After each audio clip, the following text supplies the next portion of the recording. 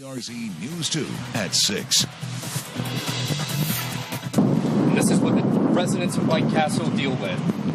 Chief Investigator Chris Nakamoto detained and charged while trying to get public records. Good evening.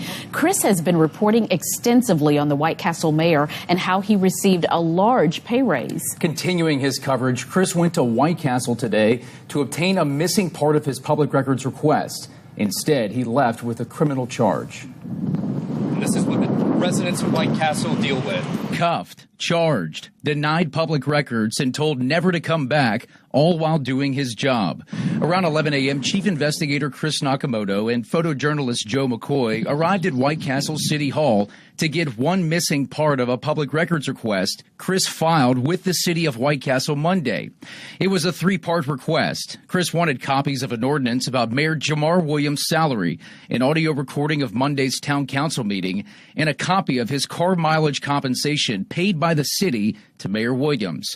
The News 2 investigative unit has reported extensively on allegations Mayor Williams' salary increased $22,000 over the course of a year, and if it was done properly.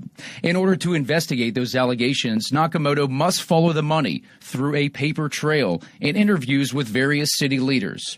Back at City Hall late Wednesday morning, less than 10 minutes after Nakamoto walked into the lobby to ask the city to fulfill the missing part of his request, he was back outside, empty-handed, without the public record he's entitled to. He asked his photographer to join him inside to document the lack of transparency. Can you get Ricky to come up for us? This time, most office clerks weren't available. Most walked to the back of the building and out of the camera's view. Oh, you gonna come back with the camera then? And about 15 minutes later, one person escorted a White Castle police officer from the back and into the lobby. He turned around and eventually entered again to confront Chris. How y'all doing? Hey, good. How are you, sir? Good. Let me have y'all step out here for me. For what? You go ahead. For what? Because you guys need to come forward. We have a right to be here. So, I'm going to have y'all step out. I'm asking you to step out. on what grounds? They're asking you for you to leave the premises. Okay, this is a public building, sir. We have a right to be here. I put in a public records request, and we have a right to be here. It's about line. I'm here to get our public Please records. stop recording. News 2 didn't stop recording because in a public building, anyone is well within their right to record in a common area such as the lobby. Chris asked again why he needed to leave. Jack, you guys leave. I'm not leaving. You're not leaving. Okay. All right. Well, Excuse me. I did ask you nicely. So, in that you are refusing to leave. Okay. So, right, put you under arrest for remaining after being forbidden.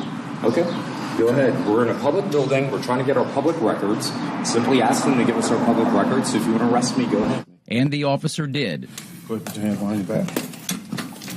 Chris was whisked away. And so what are you arresting me for?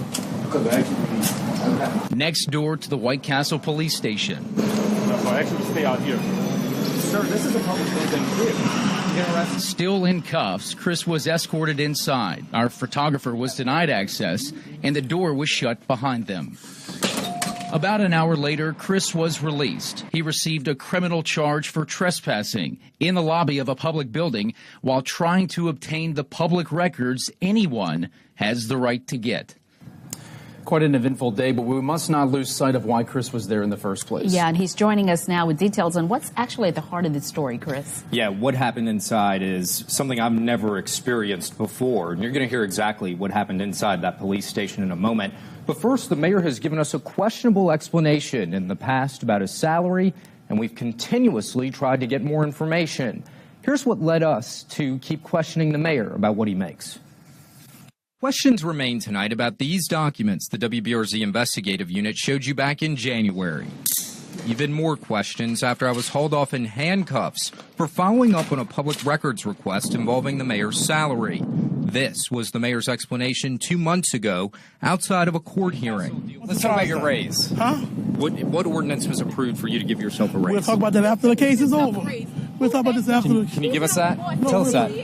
We'll talk about that after. We'll talk about this after. Let's talk about it right now. Why do you not want to address the people of White Castle right it's now? not that I want to address them. It's just that I'm waiting until the court case is over. Last week, a judge issued a stern order in a case over the town's refusal to share public information with citizens. The judge ruled White Castle must produce public records and ordered the town to pay for attorney fees in that case.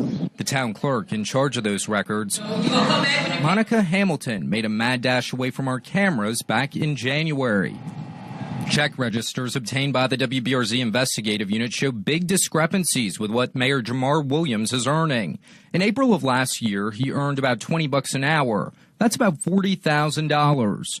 But take a look at what happened in November's check register. His salary increased nearly 20% to almost $25 per hour. That's more than $50,000. Oh, I didn't give myself a raise. I can't give myself a raise. Okay, so who approved it? Because the city attorney has no record that happened. Huh? It's in the budget.